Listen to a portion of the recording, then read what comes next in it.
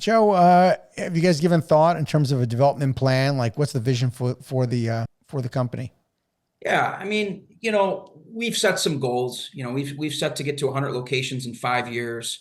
But I can tell you that we are so focused on the first dozen franchisees that we've signed up, Yeah. making them successful, that that supersedes, these big 50 store agreements that you hear some concepts doing. And we are just focused on making sure that what we're putting out there is exactly what the franchisee was looking for. So a lot of time goes into the operations support and business coaching. Yeah, and I would imagine that you're going to get a lot of multi-unit operators knocking on your door with other food concepts saying they want to bring this and putting pressure on to wanting to, open multiple locations. And it's going to be up to you Yeah, guys to keep it a very manageable growth, right? right, right. I mean, listen, you can hit lightning in a bottle and you get, you're successful in three major metro areas and somebody wants to take down a whole market. That's great. Right. We think the sweet spot to start is 5 locations. Hmm. But yes, we've gotten approached from many hospitality groups that want to do a whole state, a whole metro area, and we're having active discussions with those individuals now. Cool. Joe, you guys have so much to be proud of, right? You've got this legacy brand and like this, just a new breath of fresh air now, getting into franchising. What are you guys most proud of? There's got to be so many things that you guys are so happy with and so proud of to be part of. I'm most proud of the way our team is embracing this new business model. So not only have we been able to offer growth to our existing team members through franchising positions, training positions, additional, marketing, whatever it may be, and then we've also been able to onboard some great individuals with a lot of experience on the operations side Hmm. that are really helping us look at things differently for the better of the company. And so I would say definitely team focused. And then I'm most proud that we have something what people are looking to do in franchising is great. 38 units in less than 2 years. Actually, this fall will be 2 years. We as an organization need to be proud of that. Absolutely. Absolutely. So when folks are, looking to buy the franchise, what are some of the things you want them to do specifically in the due diligence process that you think is like specific to Buona Restaurants? Yeah, I mean, I think the first thing is really understanding what our program is through the FDD process, the Hmm. franchise disclosure Hmm. document process. Understanding what the marketing, what the relationship on marketing, site selection, construction, support, obviously marketing, really understanding what's expected of each other. I think that's very important just to establish what the expectations from either side is, and then really feel passionate about where they want to grow their store. So you could pick Mesa, Arizona. Okay, why? Why do you like Mesa? Hmm. All right, great. What kind of ties do you have there? Do you feel like this is going to be widely recognized? If not, how are you going to introduce it to your market, right? So, signing the contract's one thing. It's really what are they going to bring to the table once they get there that are going to make them successful? And then how do we coach them on the stuff they're not thinking about? Hmm. So I think that, yeah, that's probably it.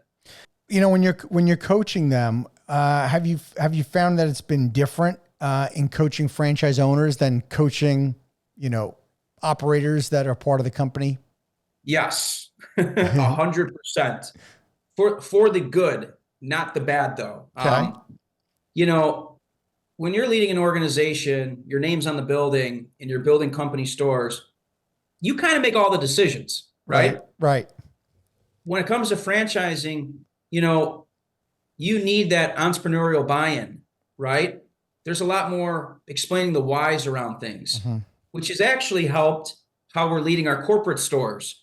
Now we ask questions, we want buy-in, we want them to understand the whys, so that together, the worst thing in the world is when a company does a new product in the office and rolls it out to 30 locations. It's not a recipe for success. Right. You need that buy-in, that feedback. You want them to feel a part of the decision. And that's what franchisee coaching has really showed me in the last 12 months. I'd say it's probably the number one biggest surprise that we have when we get into franchising is we were never expecting that our role is more business coaching than not. Yes. And we've onboarded a director of franchise operations. His name's John Westland. He's worked for a number of concepts, and he's been with us for 3 months, but I've learned so much from this individual on how to speak franchisee, as he says. Yeah. And, it's great. I think that was a really critical transition for you guys because you got set in your ways for a long time. Even though you guys are all about innovation, you got set in your ways and you knew exactly what you needed to do to run one of your restaurants. But once you get into franchising, you do need new voices of bringing outside people in with that experience to speak franchisee. So as you said. Yeah. And the biggest takeaways I have is at the local level, how well they can market their individual restaurants. Then, from even a menu development standpoint, just some of the things when you're spending 50 hours a week in a store, they see more than what we're seeing as we're growing our company in multiple facets. So we've gotten a lot of great feedback and a lot of positive discussions thus far. Since you guys go three generations back, Joe, can you pinpoint maybe anything in particular that's maybe a most memorable piece of advice that you got getting into the business?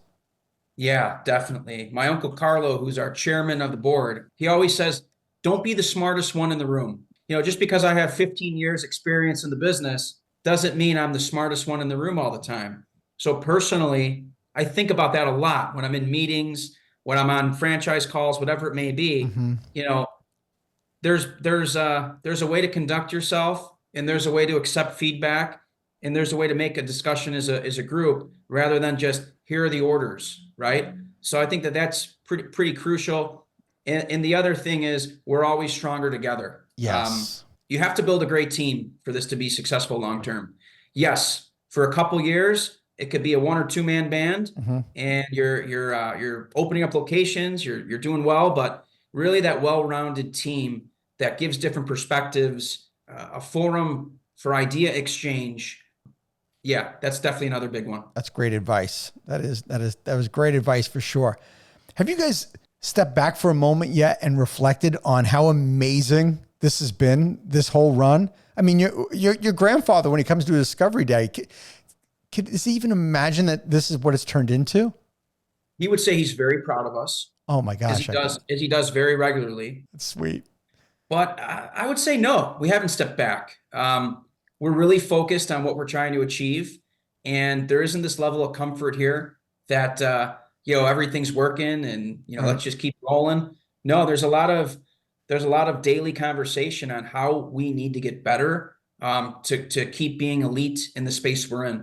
I think that's great. And I hope you guys do take a moment though to reflect on what an incredible job you've done. In other words, I really want you guys to make sure you're enjoying the journey at the same time, because you guys have done something absolutely magnificent and something that's, so unique. I mean, 4 decades, 3 generations, you guys created a legacy brand. Everybody knows it in Illinois. And just to see what you've done and what you're doing, I want you guys to still enjoy this journey, because it is a magnificent journey. Thank you for tuning into the Emerging Franchise Brands podcast. For additional insights, guest applications, and to stay connected, visit us at efbpodcast.com. The Emerging Franchise Brands podcast is for entertainment purposes only, and the views expressed do not necessarily represent those of Emerging Franchise Brands, its host Frank Fiume, or Emerging Franchise Group, LLC. Any discussed franchise or investment opportunity requires thorough investigation, obtaining proper disclosure documents, and expert consultation before making any investment decisions. The podcast and its host do not offer professional advice or endorsements, and they hold no responsibility for actions, representations, accuracy, or consequential damages related to the podcast content.